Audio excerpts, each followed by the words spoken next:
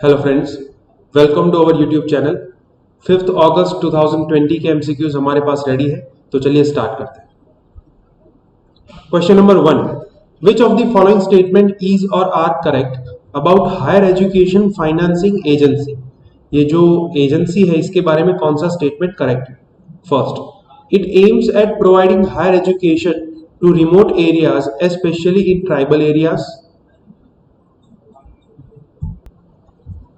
Second, it works to provide timely finance at low interest rates for capital assets creation. तो चलिए देखते हैं कौन सा स्टेटमेंट करेक्ट है। आंसर होगा बी, सेकंड ओनली। अब देखिए यहाँ पे ये जो ऑब्जेक्टिव दिया है वो गलत है, बिकॉज ये जो हायर एजुकेशन फाइनेंसिंग एजेंसी है, it is a joint venture between ministry of HRD human resource development and Canara bank, right. तो ये दोनों अथॉरिटीज के बीच में जॉइंट वेंचर है, जो इंडिया के जो national top higher education institutions हैं उनके डेवलपमेंट के लिए बनाई गई। So the agency was created to finance capital expenditure of these top most higher education institutions of India. For example IIT है, आईआईएससी। तो ऐसी जो इंस्टीट्यूट्स है वहां पे इंफ्रास्ट्रक्चर को डेवलप करने के लिए ये हेफा जो है वो बनाई गई। तो ये फर्स्ट ऑब्जेक्टिव जो है वो गलत है, ये स्टेटमेंट। सेकंड जो है वो करेक्ट है, टाइमली फाइनेंस प्रोवाइड करती है ये agency at lower interest rate for capital asset creation. तो ये सेकंड जो है वो करेक्ट है। So our answer will be B, second only. अब आज के न्यूज़पेपर में ये आर्टिकल है, JNU gets 455 crore from HEFA, right? Question number 2, which of the following pairs are matched correctly? जो pairs दी गई है कौन सी करेक्टली मैच की गई? फर्स्ट, यहां पे कैटेगरी दी गई है टाइप ऑफ स्मॉग एंड यहां पे है उसके कॉजेस। तो फर्स्ट है फोटोकेमिकल स्मॉग और सामने उसके कॉज दिए है usually by burning fossil fuels.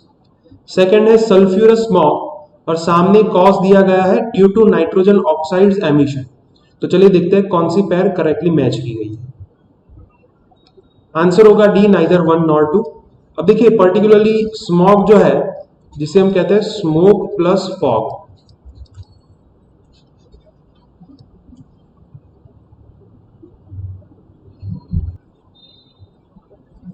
सो जो स्मॉग है उसके दो टाइप है। First is photochemical smog and other is sulphurous smog. अब यहां पे ये दोनों पेयर्स जो है वो ऑपोजिट दिए गए।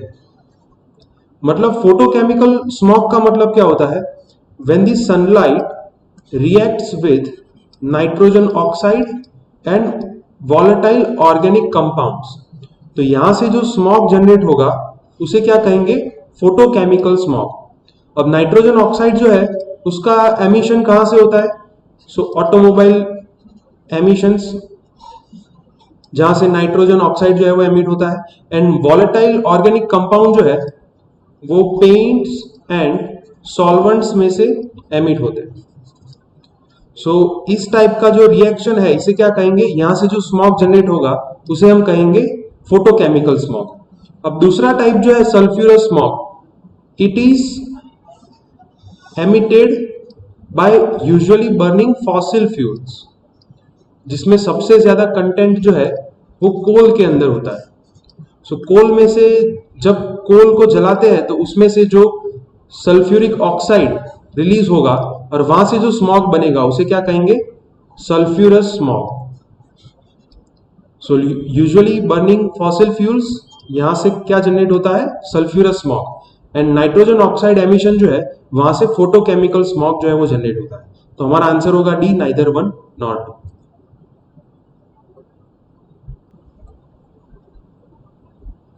अब आज के न्यूज़पेपर में अगेन ये जो स्मॉग टावर है वो न्यूज़ में है। आईआईटी मुंबई जो है वो अब ये स्मॉग टावर का जो प्रोजेक्ट है उसे ओवरसी करेगा in the Delhi NCR. Question number 3, the Parivar Pehchan Patra scheme was seen in news. It is a welfare scheme of dash. कौन से स्टेट की स्कीम है ये पूछा गया है। First Uttar Pradesh, second Madhya Pradesh, third Haryana, fourth Odisha. तो चलिए देखते हैं क्या आंसर होगा इसका। It is C Haryana. अब रिसेंटली हरियाणा गवर्नमेंट जो है उन्होंने ये स्कीम जो है वो लॉन्च की है। तो हरियाणा की जितनी भी सोशल वेलफेयर की स्कीम्स है उन सभी को मर्ज करके फैमिलीज को आइडेंटिफाई करने के लिए ये स्कीम जो है वो बनाई गई, दैट इज परिवार पहचान पत्र, राइट। तो आज के न्यूज़पेपर में ये न्यूज़ आर्टिकल था। हरियाणा के जो सीएम है उन्होंने ये स्कीम को लॉन्च किया है और उनका ये कहना है कि इससे ये बेनिफिट मिलेगा, the scheme would end corruption and red tapism in the state. Question number 4, which of the following pairs are match correctly. यहाँ पे मूवमेंट या फिर ऑपरेशन का नाम दिया गया है और सामने है concern region. So first Operation Gibraltar, सामने है Jammu and Kashmir. Second Operation Blue Star और सामने है Punjab. And third is Antifa movement और सामने है हांगकांग। तो चलिए देखते हैं कौन सी पैर करेक्टली मैच की गई है। आंसर होगा ए 1 एंड 2। अब ऑपरेशन जिब्राल्टर जो है वो जम्मू एंड कश्मीर से रिलेटेड है। जब जम्मू एंड कश्मीर के अंदर पाकिस्तान के जो सोल्जर्स है उन्होंने इन्फिल्ट्रेशन का प्लान बनाया था और उस ऑपरेशन को कहते हैं operation Gibraltar, right. But the operation was a failure because of the awareness of people of Jammu and Kashmir, जिन्होंने गवर्नमेंट ऑफ इंडिया को टाइम टू टाइम अवेयर किया था इस पर्टिकुलर ऑपरेशन के बारे में। तो ये ऑपरेशन जिब्राल्टर जो है वो करेक्ट है। सेकेंड जो है वो ऑपरेशन ब्लू स्टार, ये करेक्ट है। पंजाब में ये कंडक्ट किया गया था 1984 में। अंतिफा मूवमेंट जो है it is incorrect, it is related with the USA. USA के अंदर जो अभी रेशियल डिस्क्रिमिनेशन की वजह से जो मूवमेंट चल रहे हैं उसमें से एक मूवमेंट का नाम है अंतिफा मूवमेंट। एंड रिसेंटली जो उनके प्रेसिडेंट है डोनाल्ड ट्रंप, उन्होंने ये सजेशन दिया था that the organisation Antifa should be declared as a terrorist organisation. तो ये थर्ड जो है वो इनकरेक्ट है। हमारा आंसर होगा ए 1 एंड 2। अब आज के न्यूज़पेपर में ये आर्टिकल है। आज 5 अगस्त को जम्मू एंड कश्मीर में से आर्टिकल 370 जो है वो हटाया गया था। तो यहाँ पे ऑपरेशन जिब्राल्टर को भी मेंशन किया गया है, किस तरीके से कश्मीरी पीपल जो है वो गवर्नमेंट के काम में आए हैं और अभी उनकी डिमांड क्या है और गवर्नमेंट को कौन से स्टेप लेने चाहिए। तो ये सब आर्ग्यूमेंट्स इस पर्टिकुलर आर्टिकल में दिए गए हैं। Question number 5, which of the following statement is or are correct about powers of Supreme Court under Article 142. First, it provides discretionary power to the Supreme Court for doing complete justice in any cause or matter pending before it. Second, orders of Supreme Court passed under this provision cannot be enforced as a law enacted by Parliament. तो चलिए देखते हैं कौन सा statement correct होगा। Answer होगा ए 1 only. अब देखिए आर्टिकल 142 जो है उसका ये प्रोविजन जो है वो करेक्ट है कि सुप्रीम कोर्ट के पास डिस्क्रिशनरी पावर है। अगर उनके पास कोई भी मैटर पेंडिंग है तो वहां पे वो कंप्लीट जस्टिस देने के लिए कोई भी ऑर्डर या फिर डिग्री पास कर सकते हैं, राइट। तो ये फर्स्ट जो है वो करेक्ट होगा। सेकंड जो है वो incorrect, because the order passed by supreme court has force of a law as passed by a parliament. मतलब कि पार्लियामेंट जब कोई कानून बनाता है और उसका जिस तरीके से एनफोर्समेंट होता है ठीक उसी तरीके से सुप्रीम कोर्ट के ऑर्डर को भी एनफोर्स किया जाता है। तो ये सेकंड जो है वो इनकरेक्ट है क्योंकि यहाँ पे कहा गया है it can not be enforced. तो मतलब ये स्टेटमेंट जो है वो गलत होगा। So our answer will be A 1 only. अब आज के न्यूज़पेपर में ये एडिटोरियल है, लेसन्स फ्रॉम मीडिएटिंग अयोध्या। अब ये जो पर्टिकुलर मेंबर है, जब गवर्नमेंट ने अयोध्या राम टेम्पल बनाने के लिए एक मीडिएटरी काउंसिल बनाई थी तो he is one of the member of that council. उन्होंने ये आर्टिकल लिखा है और यहाँ से काफी सारे अच्छे पॉइंट्स आपको मिल सकते हैं। Next question, which of the following statement is or are correct about places of worship special provisions act 1991। इस पर्टिकुलर एक्ट के बारे में कौन सा स्टेटमेंट करेक्ट है। First, it aims to promote equality for profession of religious practices. Second, the act imposes a positive obligation on the state to maintain the religious character of every place of worship. तो चलिए देखते हैं कौन सा statement correct होगा। Answer होगा B second only. अब देखिए ये फर्स्ट जो है वो इनकरेक्ट है। अब ये पर्टिकुलर एक्ट जो है उसको बनाया गया था to protect the religious sites characters as they were at the time of independence. मतलब कि इंडिया जब इंडिपेंडेंट बना तो उस टाइम पे जितने भी रिलीजियस साइट्स थे उनका जो कैरेक्टर था उसको मेंटेन करने के लिए ये पर्टिकुलर एक्ट जो है वो बनाया गया था। मतलब कि इस एक्ट के अंदर ऐसे प्रोविजन है that bans the conversion of religious character.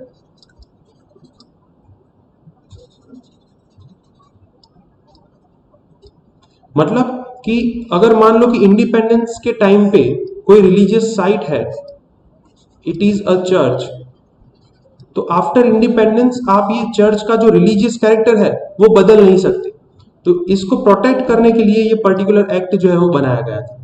जब बाबरी मस्जिद डेमोलिश हुई और वहां पे डिमांड ये खड़ी हुई कि राम टेम्पल बनना चाहिए, तो उस टाइम पे सुप्रीम कोर्ट ने सबसे पहले ये जो टेम्पल की जगह है उसको इस पर्टिकुलर एक्ट से एग्जेम्प्ट किया।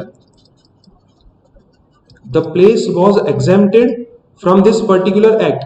फिर उसके बाद उसका कैरेक्टर जो है वो चेंज हुआ बिकॉज द मस्जिद इज ऑफ मुस्लिम कैरेक्टर। तो उसका कैरेक्टर अगर चेंज करना है तो उस पर्टिकुलर एरिया को इस पर्टिकुलर एक्ट में से एग्जेम्प्ट करना पड़ेगा। तो सबसे पहले सुप्रीम कोर्ट ने आर्टिकल 142 का यूज करके ये पर्टिकुलर जो एरिया है उसको इस एक्ट में से एग्जेम्प्ट किया और फिर बाद में वहां पे राम टेम्पल जो है वो बनाने की परमिशन दी गई। राइट, तो इसका जो एम है वो इनकरेक्ट है यहाँ पे। दूसरा आप इसका पॉजिटिव ऑब्लिगेशन कह सकते हैं। It provides a positive obligation on the state to maintain the religious character. तो यहां पे आंसर होगा बी, सेकेंड ओनली।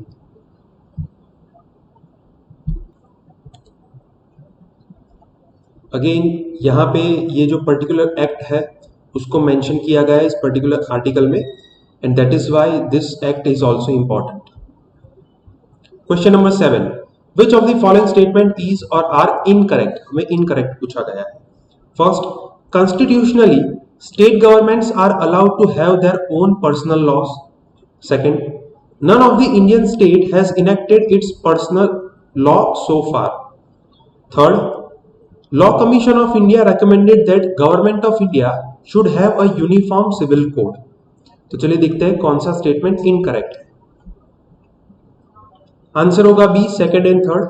अब देखिए कॉन्स्टिट्यूशनली यहाँ पे जो प्रोविजन दिया गया है वो करेक्ट है बिकॉज जो पर्सनल लॉ के रिलेटेड जो सब्जेक्ट्स है, for example marriage, inheritance of property, divorce, ये सभी सब्जेक्ट है कॉन्करेंट लिस्ट में। राइट, और कॉन्करेंट लिस्ट के अंदर स्टेट जो है उसके पास ये अथॉरिटी है कि वो इसके ऊपर कानून बना सकते हैं। तो कॉन्स्टिट्यूशनली ये बात सही है, तो फर्स्ट स्टेटमेंट करेक्ट होगा। सेकेंड स्टेटमेंट जो है वो इनकरेक्ट है because Goa is the only state to have its own personal law, जिसे हम क्या कहते हैं, uniform civil code. So Goa is the only state कि जिसने यूनिफॉर्म सिविल कोड बनाया है, बाकी के किसी भी इंडियन स्टेट ने नहीं बनाया। तो यहाँ पे ये कहा गया है कि किसी भी इंडियन स्टेट ने नहीं बनाया, तो मतलब ये सेकंड स्टेटमेंट जो है वो इनकरेक्ट होगा। थर्ड जो है वो भी incorrect because in 2018 law commission ने ये रेकमेंड किया था that at this time uniform civil code is neither necessary nor desirable. तो उन्होंने ये कहा था कि the uniform civil code can not contradict the plurality that is prevalent in the Indian society. और इस वजह से इस टाइम पे इंडिया के अंदर यूनिफॉर्म सिविल कोड नहीं बनाना चाहिए। तो यहाँ पे ये कहा गया है कि इसने ये रेकमेंड किया था लॉ कमीशन ने, तो ये थर्ड स्टेटमेंट जो होगा वो इनकरेक्ट। हमारा आंसर होगा बी, सेकेंड एंड थर्ड, क्योंकि हमें इनकरेक्ट पूछा गया। अगेन ये जो आर्टिकल है यहाँ पे personal laws and uniform civil code की बात की गई है and that is why it was in news. Question number 8, which of the following statement is or are correct about classical languages. Classical languages के बारे में कौन सा स्टेटमेंट करेक्ट है।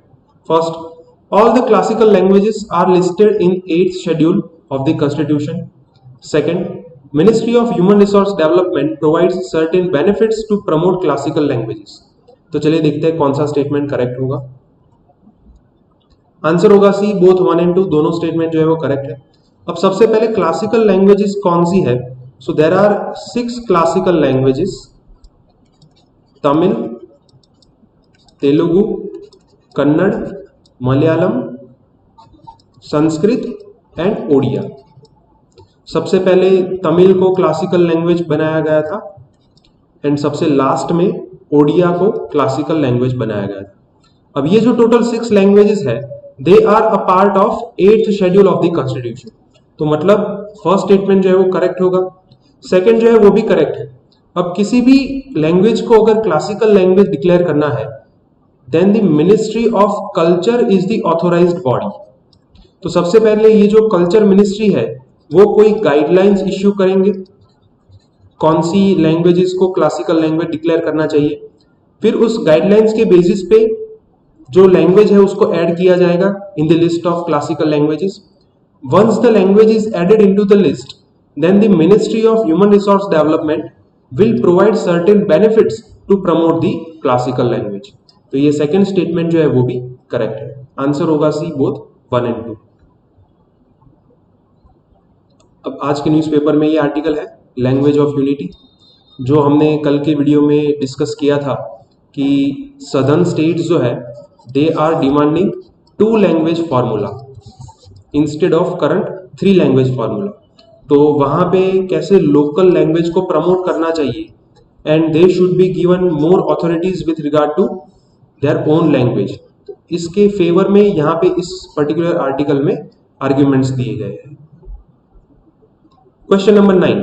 Which of the following rights of Article 22 are provided to a person when he or she is arrested under a preventive detention law? मतलब कि यहाँ पे जो राइट दिए गए हैं उसमें से कौन से राइट किसी भी पर्सन को दिए जाते हैं जब उनका अरेस्ट जो है वो किसी प्रिवेंटिव डिटेंशन लॉ के अंडर हुआ। First, right to consult and be defended by a legal practitioner. Second, right to be produced before a magistrate. तो चलिए देखते हैं कौन से राइट्स दिए जाते हैं। आंसर होगा डी, नाइदर 1 नॉर 2। अब देखिए ये आर्टिकल 22 जो है उसके अंदर मेनली 2 पार्ट है। First is rights conferred for the arrest under ordinary law. जब किसी पर्सन को किसी ऑर्डिनरी लॉ के अंडर अरेस्ट किया जाता है।